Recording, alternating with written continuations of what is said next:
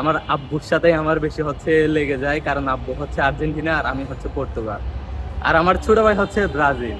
তো সেই ক্ষেত্রে হচ্ছে তিনজন তিন পক্ষ হয় সেই ক্ষেত্রে। আর আমি হচ্ছে পর্তুগাল সাপোর্ট করি, ওটার কারণে হচ্ছে আমার ফ্যামিলি আমাকে অনেক কিছু বলে, কারণ পর্তুগাল ওয়ার্ল্ড কাপ জিততে পারে না, ভালো খেলার পরেও ক্রিস্টিয়ানো রোনালদো থাকার পরেও কোনো রকমের ওয়ার্ল্ড কাপ জিততে পারে না। এটা হচ্ছে আমার সবচেয়ে বড় দ্বন্দ্ব।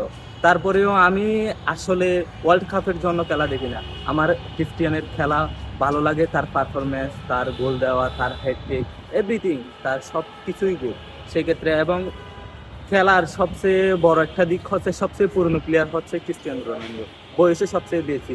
মেসি বলেন আর নেইমার জুনিয়র বলেন, সবার চেয়ে বয়সও বেশি, খেলার পারফরমেন্সও বেশি, তাকে সাপোর্ট দেওয়ার জন্য অনেক প্লেয়াররা থাকে না, সেক্ষেত্রে হচ্ছে ওদের টিমটা হচ্ছে পিছিয়ে যায়। আর এইবারের টিমের কথা বলতে গেলে আলহামদুলিল্লাহ আমাদের টিম এবারে যথেষ্ট স্ট্রং। সেই ক্ষেত্রে এইবারের 100% শেষ ওয়ার্ল্ড কাপটা হলে আমরা ক্রিস্টিয়ানের হাতে দেখতে চাই, এটাই আমাদের প্রত্যাশা।